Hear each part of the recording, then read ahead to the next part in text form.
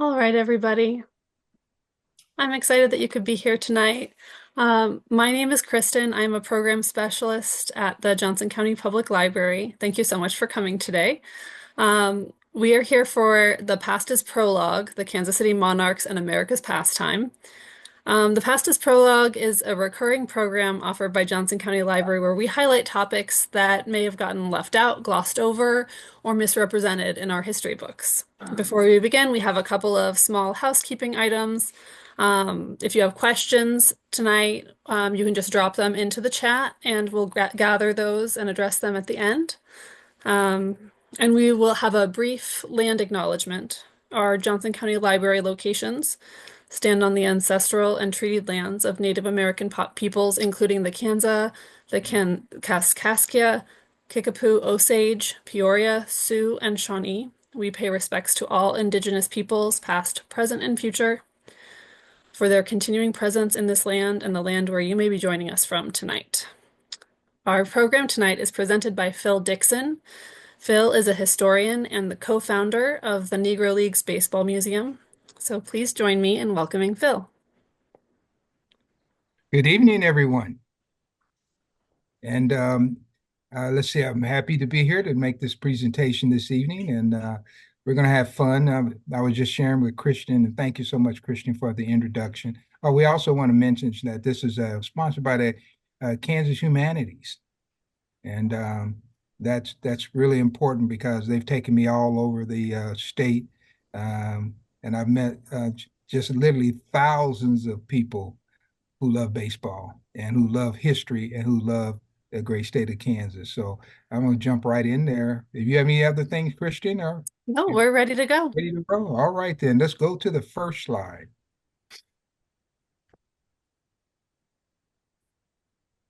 Now, if anyone who's ever seen me out in the public, when I go out to speak, I usually start off with some poetry. And about 3 years ago, I started to realize that uh, there wasn't enough knowledge about the inner workings of the Negro baseball leagues. So people knew about the Kansas City Monarchs and some teams like that. So I wanted to take people a little deeper into the past. And so one of the things I wanted to do was talk about the name Giants. And back when these African American teams were traveling, going back to the turn of the century, some newspapers, most newspapers, especially daily newspapers, wouldn't put their pictures in the newspaper. So they needed some kind of identifying way to let you know that a black team was playing. So they came with a formula and they started to name most of these teams the Giants. So all over America, in every city, most place you go, there is a Giants. As a matter of fact, the first professional team in Kansas City was from Kansas City, Kansas, and they were called the Kansas City, Kansas Giants, organized in 1907. And they were offshoot of the Topeka Giants. And so this giant thing is really deeply entrenched in that whole history. So some people know me, and I've written a few poems and some things like that. So I want to give just a few words from one of the poems that I have, and it's called Giants.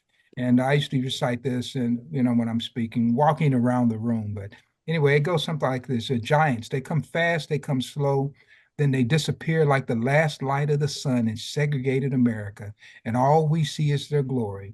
But it will be lonely there when people have forgotten and there's no one left to share. After all, no one is happy. These brothers were treated so unfair.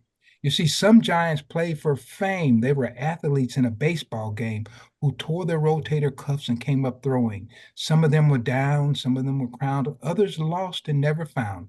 But most had seen it all. They spent their life in touring cars and crowded buses, barnstorming for glory. But who was there to tell their story? In a town no one can recall, one of these Giants really slugged the ball. He had 4 hits, he had scored 4 runs, bases stolen 4. I'd like to know more. But there was no one to score this game. And for added shame, the newspapers didn't bother to print his name. Some Giants made it when they were young. They played the game for fun in a world that was never ready to accept them. I say it was a dirty job for those who paved the way. For every time they lift their eyes and try to soar, they had to wonder who would be there to bar the door.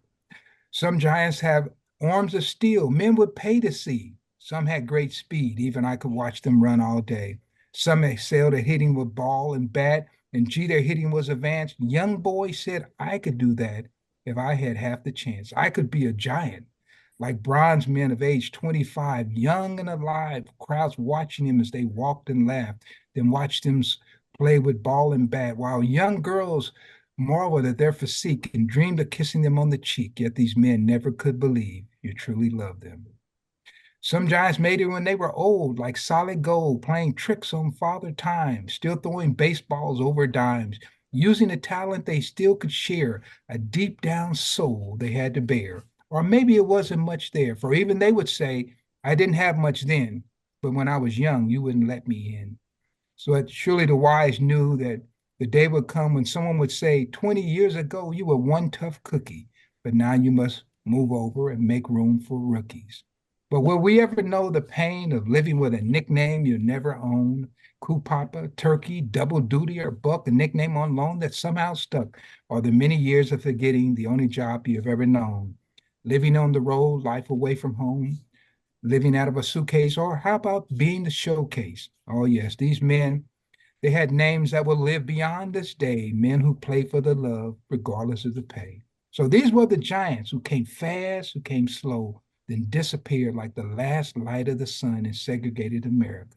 But tonight, we're going to all learn a bit of their story. Thank you.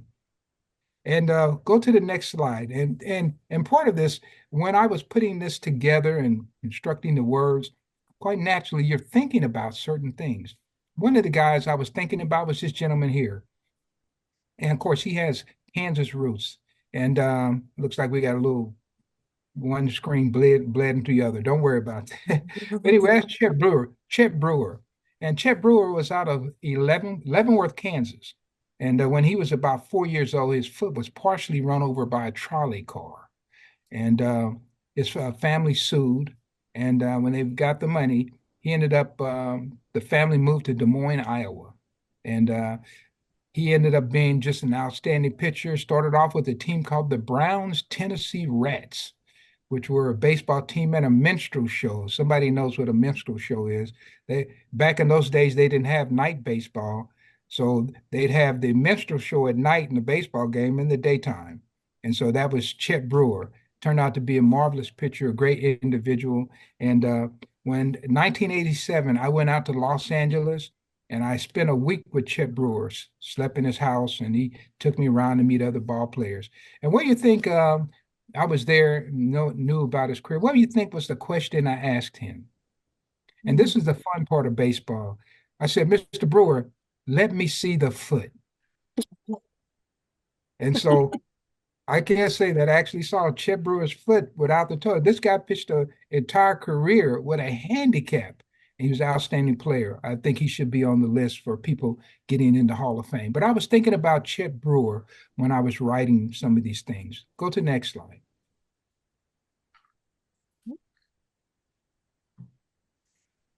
Okay. And then a lot of people who know about the Kansas City Monarchs, because everybody's wearing the jerseys now. And, you know, I've even seen pictures, Pat Mahomes sporting a Monarchs jersey and things like that.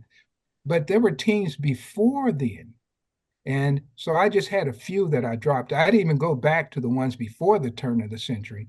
Only one I had mentioned was the Bradburys team. And the reason I mentioned the Bradburys and also the Jenkins, because they were sponsored by music stores. And so Jenkins Music, the building is actually still there. I played trumpet. I bought a flugelhorn from there when I was in high school from Jenkins Music. But why would these stores want to sponsor black baseball teams? You figure, so okay, maybe black people buying instruments. Well, there's probably that, but more than that, these teams would travel around the region. So the Jenkins, you know, not only they're going to play in Kansas City, they're going to be, you know, as far as like Coffeyville and Fort Scott, and you know, they're going to be in Topeka. Then they're going to go up the other side. They're going to be in Missouri, so they're going to be Excelsior Springs. They're going to be all around, and they were basically letting people know about this business.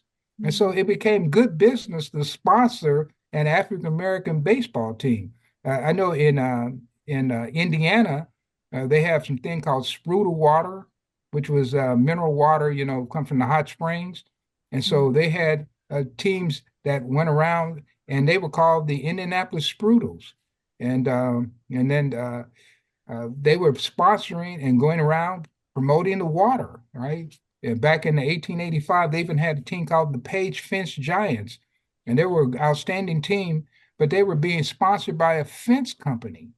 And so this was big business. And a lot of people say, ah, too bad nobody saw these guys. No, a lot of people saw these players from the other generations. And so I just wanted to mention a few. Of course, I have the Kansas City Kansas Giants, and of course, your Kansas City Monarchs, and the Kansas City Royal Giants and Royal Americans. And the person here is Bud Fowler.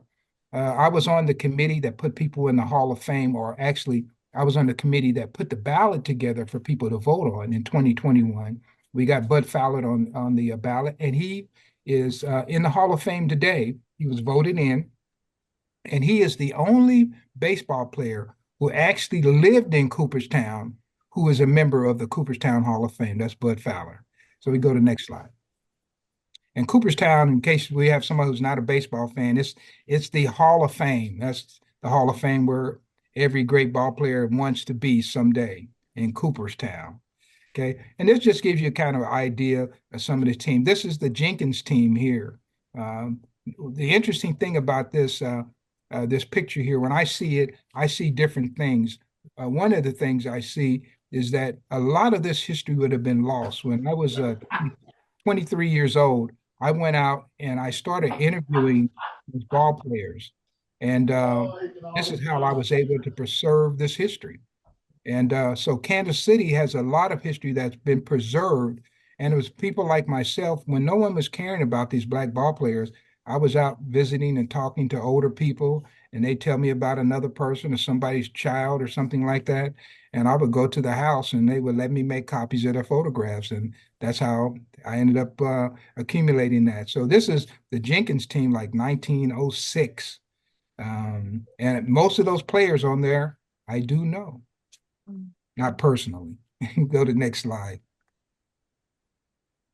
And since we're broadcasting in Johnson County into that region there, I thought I'd put in a game here, 1933, the Kansas City Monarchs.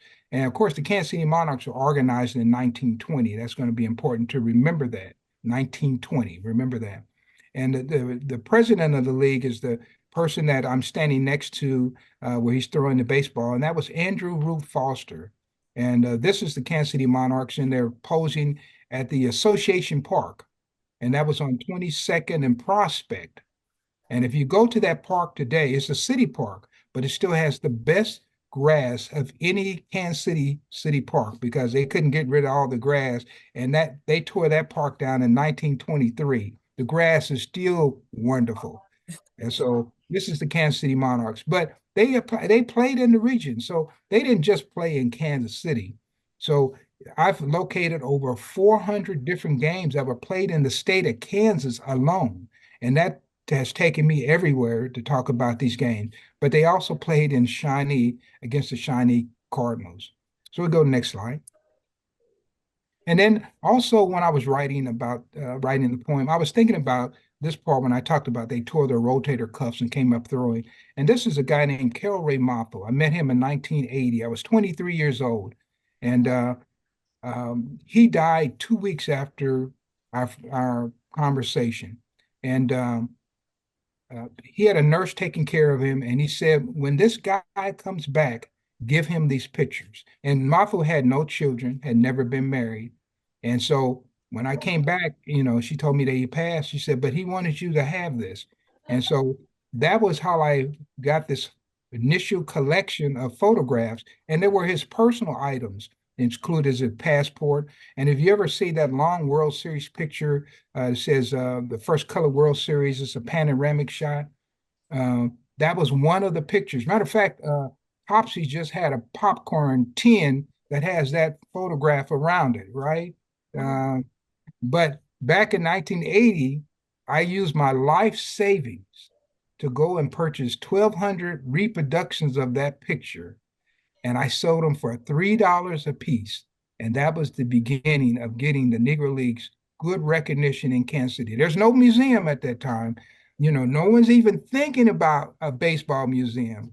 But I was thinking about how can I promote this team, and those are some of the early origins. So we have to actually give Mr. Motho and maybe not a direct but an indirect recognition for making the Negro League Baseball Museum possible in Kansas City. And of course, through me, we were able to do that later on. But Mr. Motho, he left his passport. And so I was looking through his passport, and I noticed something very interesting. His birthday was August the 13th. And just so happens that that was my birthday also.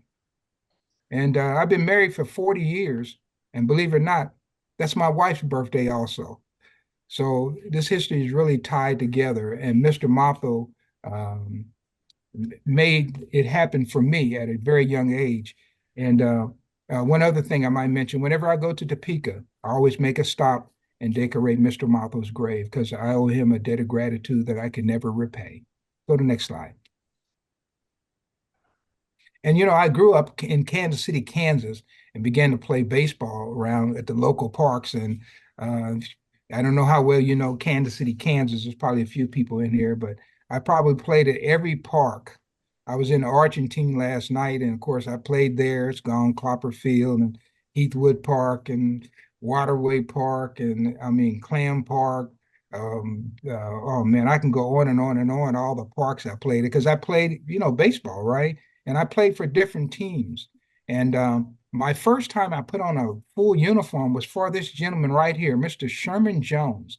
His nickname was Roadblock, and he was a sheriff in Wyandotte County. And of course, I played football, and they were at Turner House. I played football there too. And the football coach was also a detective, so we couldn't get in any kind of trouble. But anyway, Sherman Jones, Roadblock Jones is his name. And Roadblock played for the New York Mets. And the New York Mets, when I was growing up and reading baseball manuals, they were the worst baseball team in baseball history. And their manager was Casey Stengel, who had went to Central High School in Kansas City, Missouri, who was also a member of the Major League Baseball Hall of Fame. And Mr. Jones used to tell us a story. He said, Casey used to tell him, he said, do you know how to tell a good manager from a bad? And he said, no. He said, do you know the secret of being a great manager? And he said, the secret is keeping the guys who hate you away from the guys who are undecided.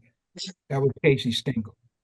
And so, but these are kind of stories you can learn by sitting around with a person like Sherman Roadblock Jones. And for me, that was great because I not only did I learn about baseball, I was learning about history from someone who was a part of it. And so, and then also growing up in Kansas City, starting in 1964, I started collecting Beatles cards. I made the mistake of taking my Beatles cards to school, and the teacher said, these are not collectibles, these are toys. And she took my Beatles cards. And believe it or not, I went back to the store to get some more Beatles cards, and they were all sold out. And would you believe the only thing they had there was a dadgum baseball cards? So I bought a pack, and I bought another pack. And by the time I was 19, I had over 100,000 baseball cards.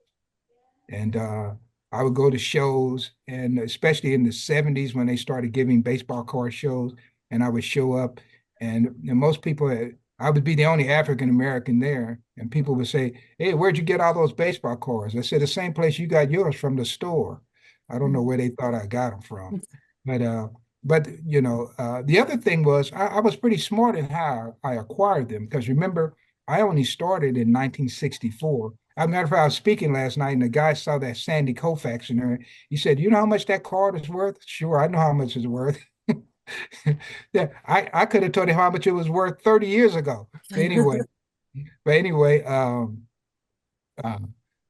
okay, I lost my train of thought. But the thing is, I was this baseball card collector, and that made the difference. And so, as you can see from the picture here, I had a little more hair back then, a young guy, but I was really dedicated to this cause of baseball. But baseball cards did it. And the first ever article written about me was not about baseball history or anything. And by the way, I'm in my 45th year as a baseball historian.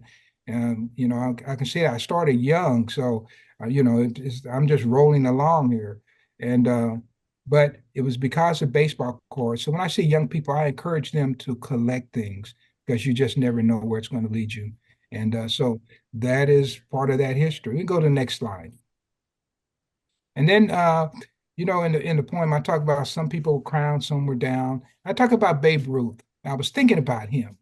And I even found a picture with him with a crown, right? He was a great player.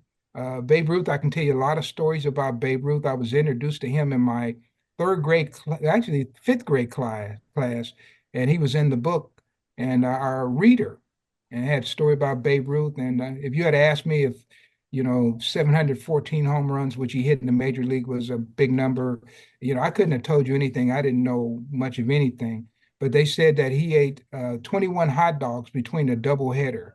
I didn't know what a doubleheader was, but I knew what 21 hot dogs were, and that made me a fan of Babe Ruth.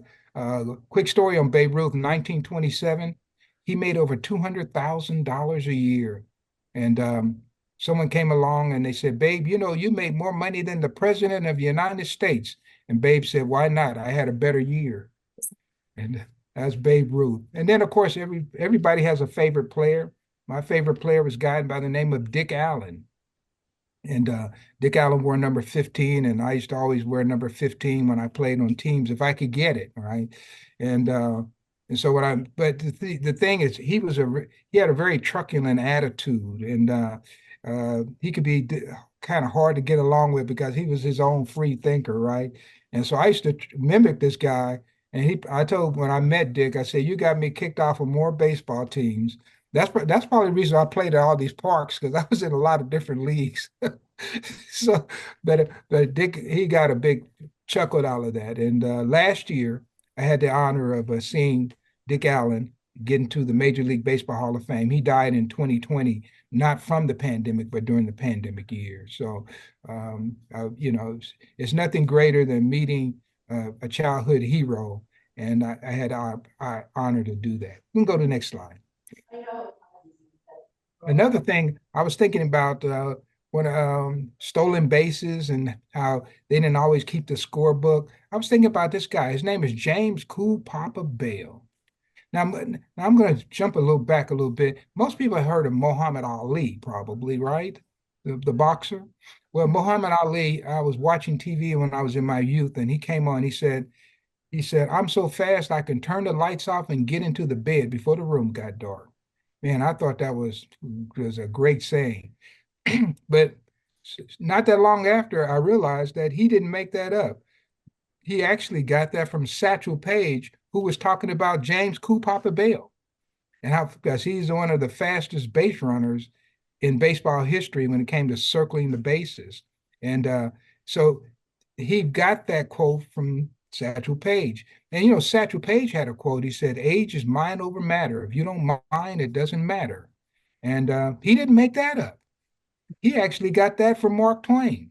So you got to be careful where you get your quotes from, guys, because some of these people are just repeating things and they don't give credit back to the original source. So, but anyway, after James Cool Papa Bill, I had a chance to meet him, and he told me one year he stole 175 bases in a season. I said, man, that's amazing. He said, well, I only got credit for 98 because they kept forgetting to bring the scorebook. But that's James Cooper up the Bell, and you can see me there with him. And that's one of my cherished pictures because I would go places, and a lot of times when I would go to his house, I didn't take a tape recorder or a camera. And so, it was just one of those things. I didn't get a lot of pictures, but I did get this picture, and I cherished this picture. And of course, he's in the Major League Baseball Hall of Fame, and he's gone on to glory. But I'm still here talking about him, Mr. James Coop Bell. His wife's name was Clara Bell, and I used to go there. She would say, because sometimes he was got kind of sick in his latter years, and she used to say, "I'm sicker than he is," but she looked very healthy, and she ended up dying first. So I learned something there as well. So go to the next slide.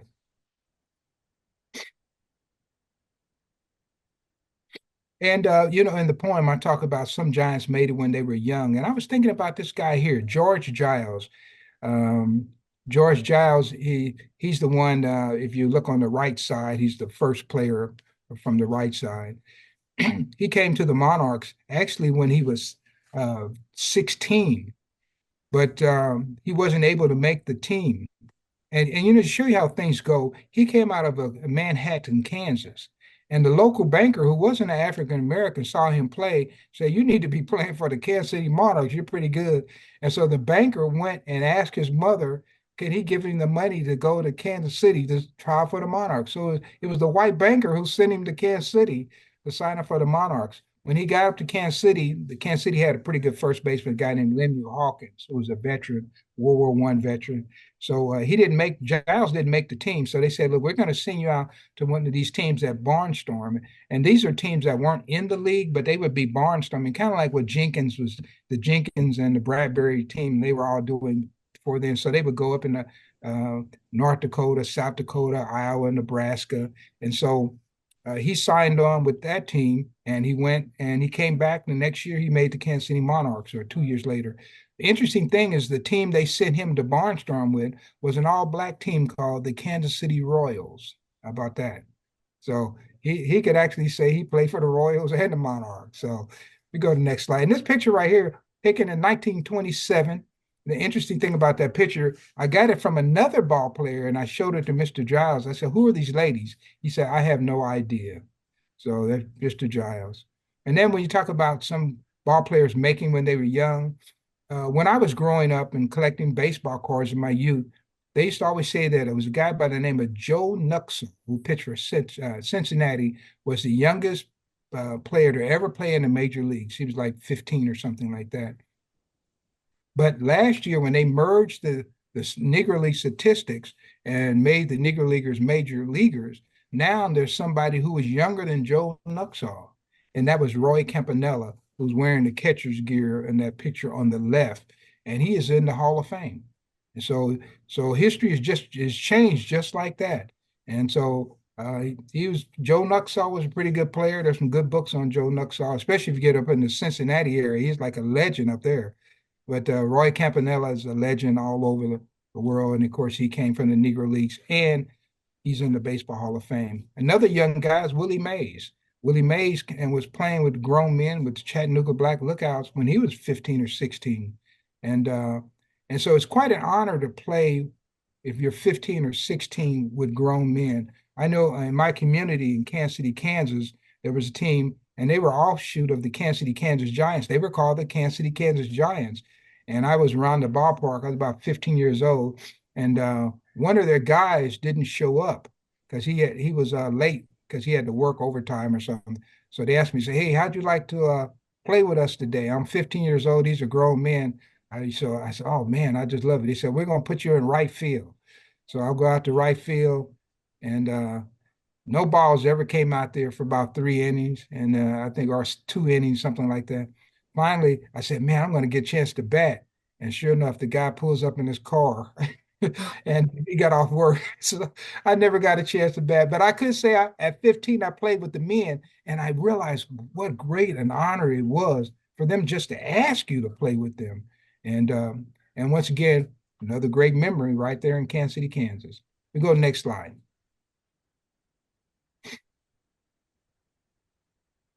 And then also, you've heard about Babe Ruth. Well, in the Negro Leagues, they had a guy, and he was similar to Babe Ruth. His name was Josh Gibson. And Josh Gibson hit a lot of home runs.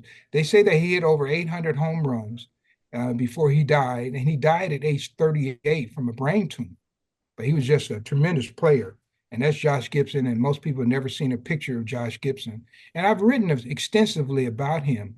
And uh, years ago, I wrote a book. It was in 1992, the Negro Baseball Leagues of Photographic History. And in there, I told this story. There was a ball player named Jesse Williams. He told me the story. He said that he went up to the Monarchs bat rack and there was excuse me, Homestead Grays when they were playing the Monarchs, and there was a bat there, and it was all taped up and had tacks in it. So he went over to Josh Gibson. He said, "Josh, this must be your old broken bat." And Josh Gibson said, "I don't break bats, I wear them out."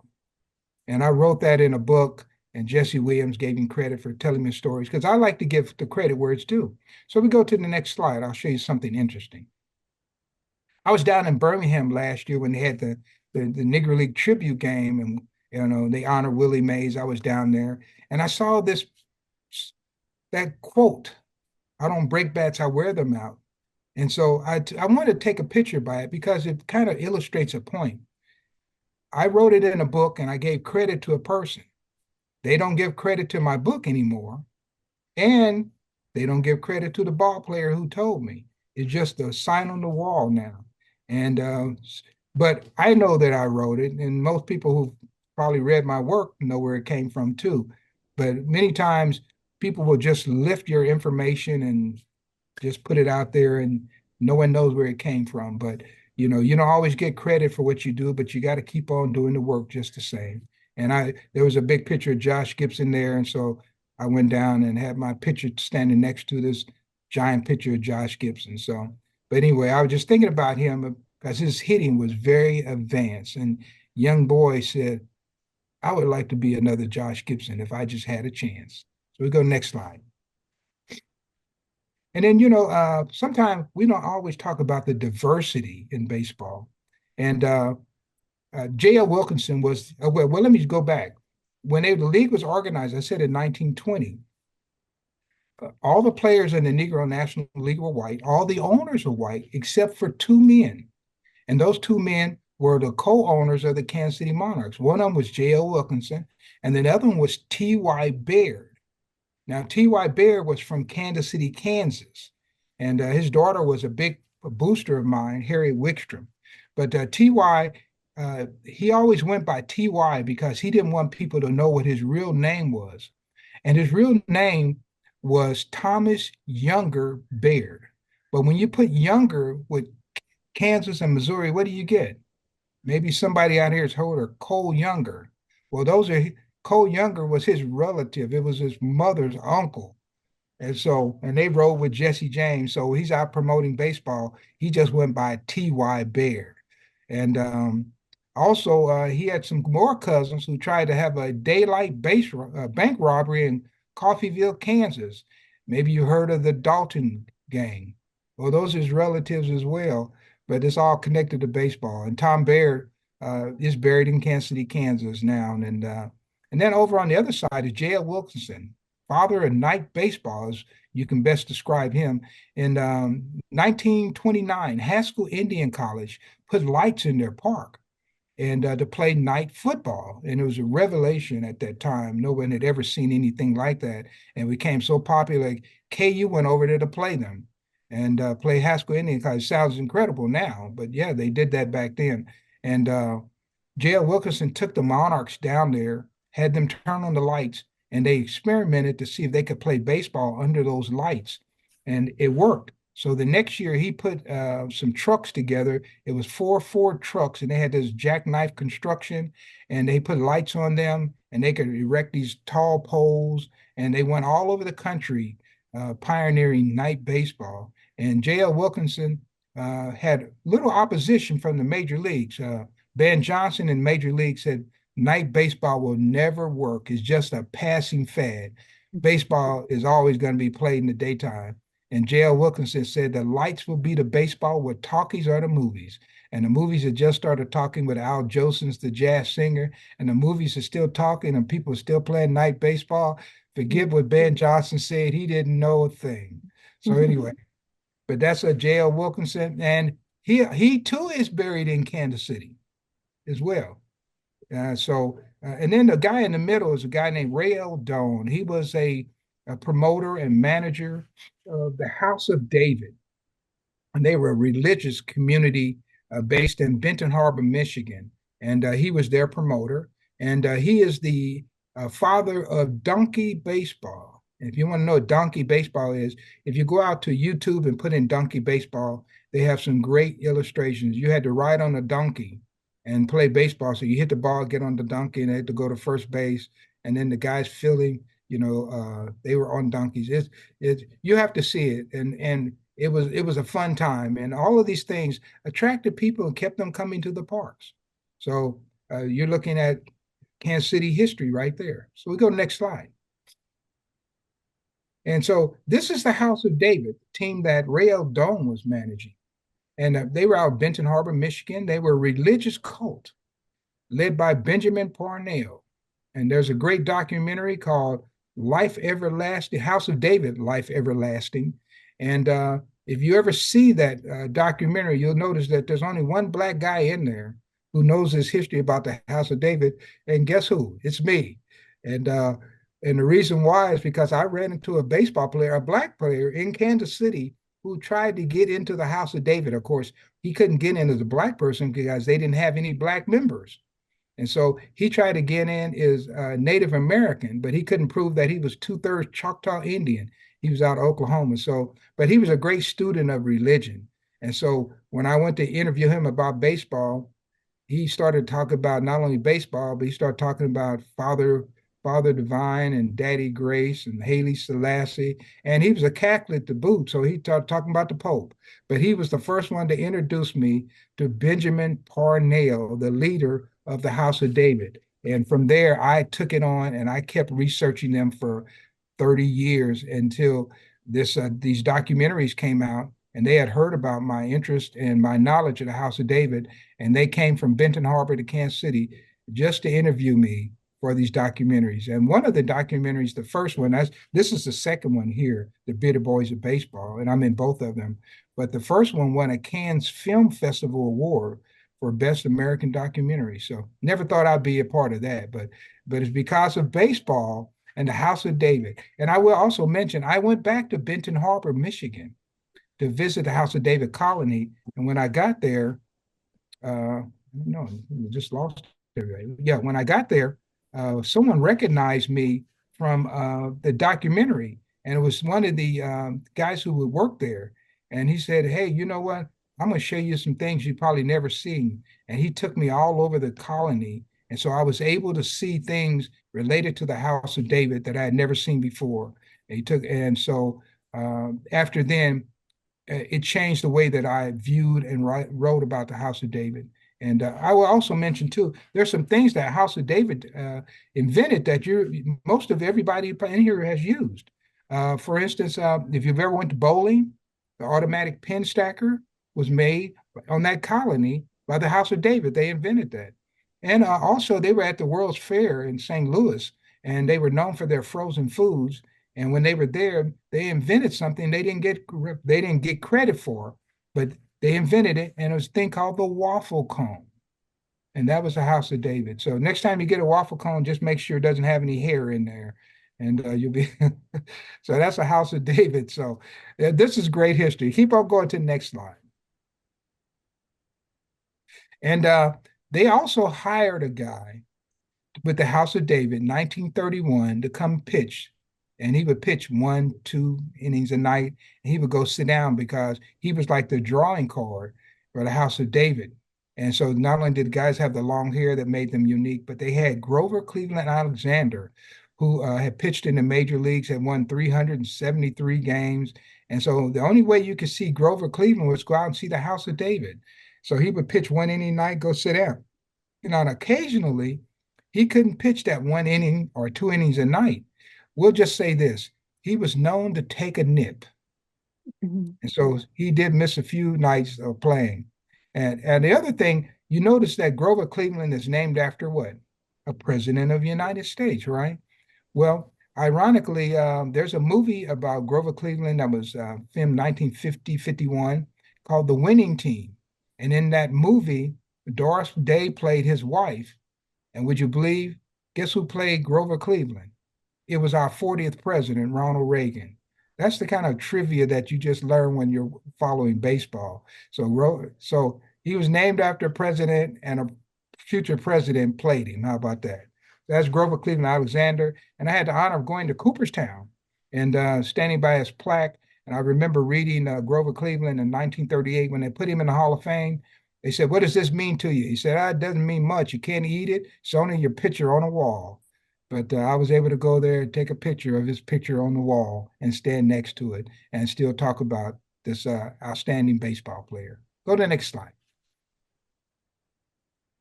And then when I was talking about ball players who played past their prime and they were old and things like that, quite naturally, I'm thinking about a guy also from Kansas City named Satchel Paige, Leroy Satchel Paige.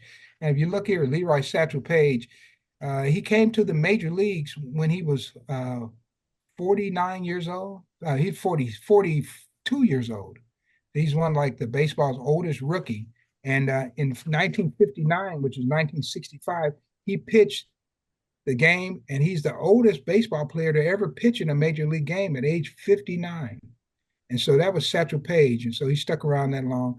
But over in the little corner there on the left, there were some of my favorite ball players who never lived to be old.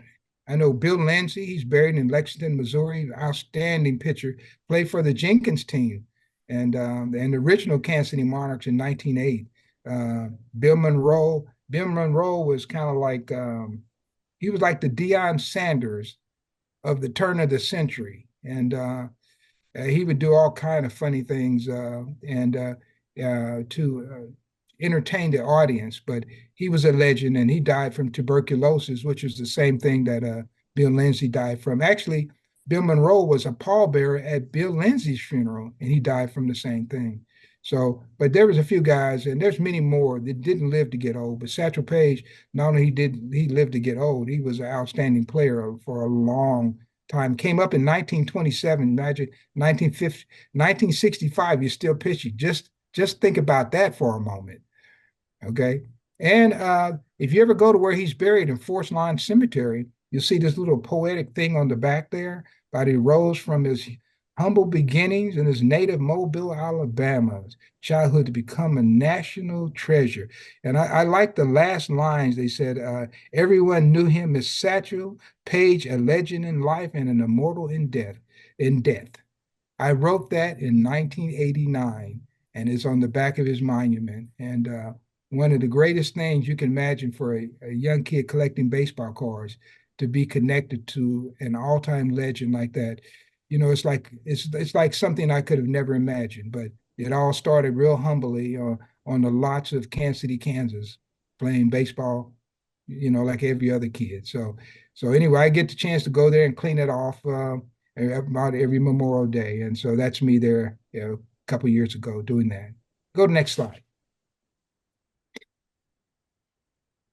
And then Satchel Paige, 1934, he runs into Dizzy Dean. And Dizzy Dean and his brother Daffy Dean they were two of the greatest pitchers in the world. 1934, these guys won 50 games.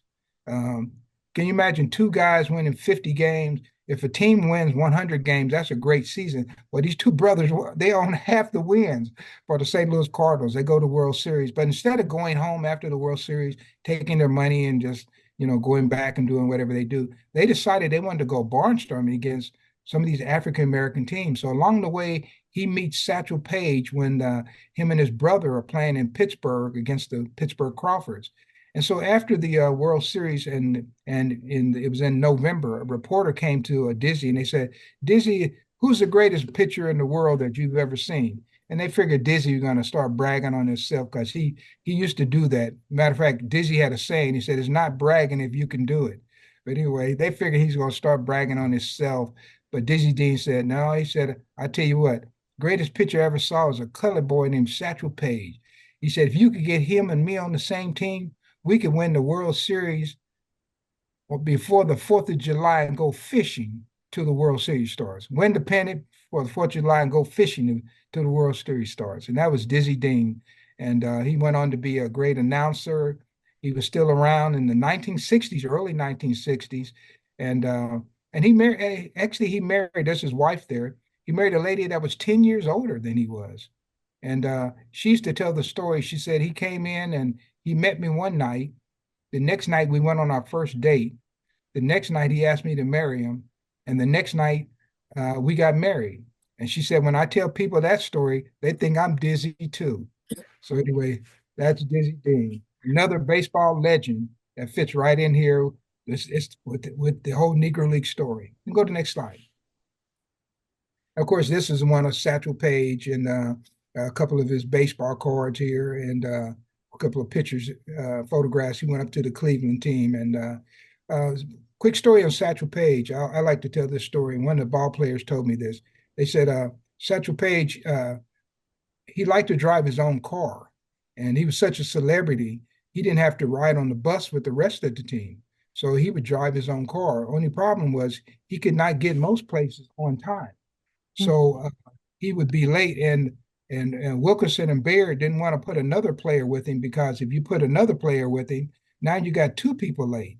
So he would drive by himself. But the ball player told me Satchel was speeding through a little town. We'll just say he was in Kansas for this reference, and he got pulled over by the sheriff. And the sheriff said, "Well, speeding through our town," he said, "you can pay the ticket now, or you can come back to court." Satchel said, "I've got to pay it now. Let's go up to the courthouse." He goes up to the courthouse, and the judge looks over the ticket. He said, "All right, well, speeding through our community, that's going to be $25." And Satchel says, "Your Honor, I'm going to give you $50." And the judge said, "What's this for?" He said, "I'll be coming back through this evening." And that was Satchel Paige, Leroy Satchel Paige, a true legend. And so we go to the next slide. And then when we talk about baseball players, one of the most colorful things about baseball players is nicknames. Nicknames. And if you follow the Royals, I know you probably know their catcher named Salvador Perez, and his nickname, I can't hear anybody talking, but his nickname is Salvi. And so, but what kind of nickname is that? Just shorten up your name. No, in the old days, there would be a couple of veteran guys who would sit on the bench. They watch all the young guys come in. They know where you came from. They watch how you dress. They listen to how you talk. And then they watch how you played, how you caught, how you threw, and then they would come up with your nickname. And so that's how he ended up getting his nickname. And for some reason, I just can't see anybody. Am I still here? Yeah, we've got you. All right, I can't see anybody, so I guess I'm gonna go blind here. Yeah, because I can't see anything here. Okay, there we go. We're back in business. I can see it now. So anyway, this guy, Turkey Stearns, comes out and playing for the Montgomery Gray Sox. And he's out shagging balls, and a couple of veterans looking at this guy, and they said, "Look at that guy, new guy. He's running with his chest stuck out." But the guy said, "He's running like a turkey." He said, "That's a good name." And he became Turkey Stearns. And today he's in the Major League Baseball Hall of Fame is Turkey Stearns. And Detroit Tigers give a day in his honor. They've been doing it for about the last 5 years, and it's Norman Turkey Stearns. So anyway, that just gives you an idea. So we go to the next slide. And one of my favorite players, and I've written a book about him, and I'm sure the library has some of these books in case you want to go check them out. It's about a ball player named Wilbur Bullet Rogan. And I happen to think Rogan is the greatest all-around baseball player in baseball history. And but when I was coming along, if I talked about all-around baseball players, meaning someone who could hit and pitch, whenever I would bring up that topic, everybody would say Babe Ruth. And so I wrote this book about Rogan to show you that there's a little more that I can educate you on, right? And so I made this great argument about Rogan being the greatest all-around player in life in baseball history. So that means he could pitch and he could hit. And so, but how would he compare with Babe Ruth? Well, first of all, these are probably the only statistics you're going to get tonight, and I'm not going very deep. But is a home run hitter. Of course, Ruth hit 714 major league home runs. In the Negro Leagues and baseball, playing with the Monarchs, Rogan hit over 400 home runs. Babe Ruth was 6'2". Rogan was 5'7". And many times, Rogan, being a great pitcher, he won more games than Ruth. Rogan would pitch a shutout, hit a home run, and practically win his own baseball game. And how about this? He was also a 10-second man, which means he could run the 100-yard dash in less than 10 seconds. Now, somebody has seen Babe Ruth and know he couldn't do that. And so that's Wilbur Bullet Rogan. And if that's not enough for you, but how about this, guys? He also drove the bus. And so that's Wilbur Bullet Rogan. And he married a farm girl from Calker City, Kansas. And I had the honor of going out to Downs, Kansas, a couple of years and being a speaker at the storytelling festival, and it's right next to Calker City. So I always have to go to Calker City there because they have one of the world's greatest attractions, and it's the world's largest ball of twine. So if you ever get down there, you got to go see the world's largest ball of twine. And I'm always running the Kansans who've been there to see this, and it's a unique attraction. I'll just say that. And so anyway, his wife was from there. And I could say a whole lot about his wife, because they were married for many years. One thing I would say is I would hate to be sitting behind her. Her name was Catherine in church on Sunday morning. So go next slide.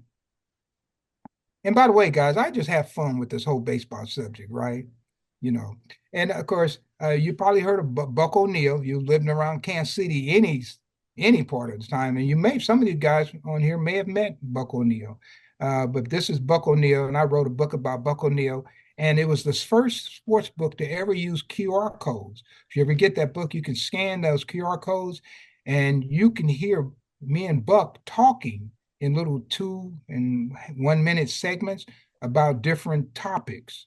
And so, anyway, just always trying to do something cutting edge to keep this history going. And that's Buck O'Neill, and that's myself, and that's my youngest son. My youngest son is now 6'4". Buck O'Neill was 6'2", so he's taller than Buck now. And that's my wife, and we've been married for 40 years. And these are just some of the great pictures and photographs that I've been able to preserved through the years, and of all the players that I've met. And I just treasure these items so much now because I never saw this coming. And to be able to not only be a co-founder of the Negro Leagues Museum, I was assistant director of public relations for the Kansas City Royals. I'm on my 10th book. I did a 200 city tour a couple of years ago, which was massive.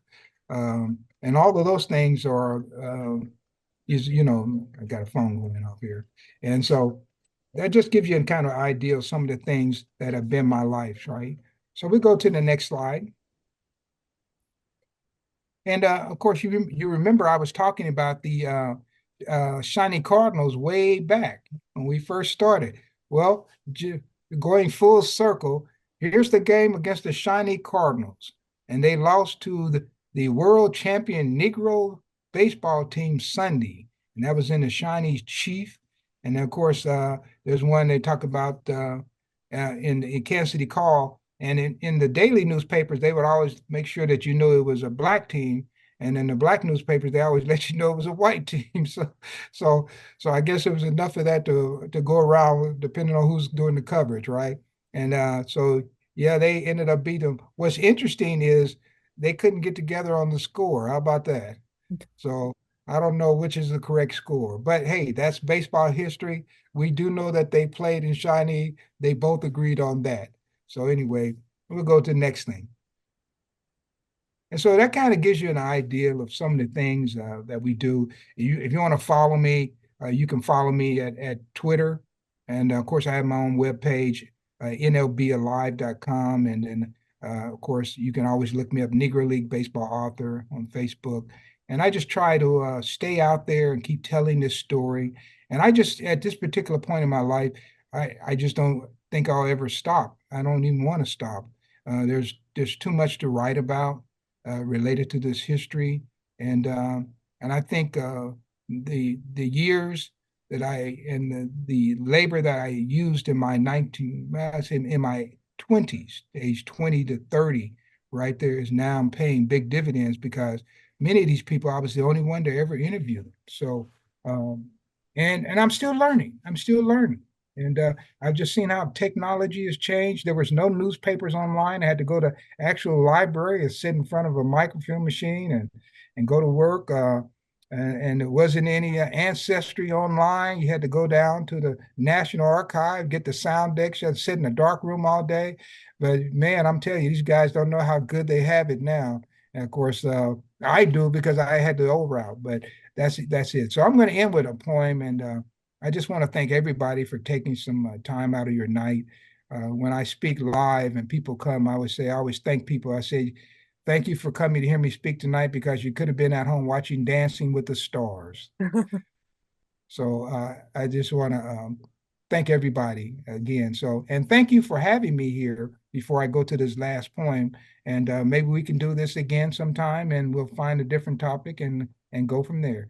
But I'm going to end with a song called The Stars That Did Not Shine. I first heard this as a song, and I liked the words so much that I went and added a few more words to it and turned it into a poem. And it's one that I like to close with. It's called The Stars That Did Not Shine. I'm going to use some of the names of people who were in my program tonight.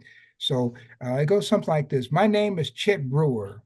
My name is Norman Turkey Stearns, but my age is way beyond. I spent my prime in baseball shoes, but my sporting days are gone.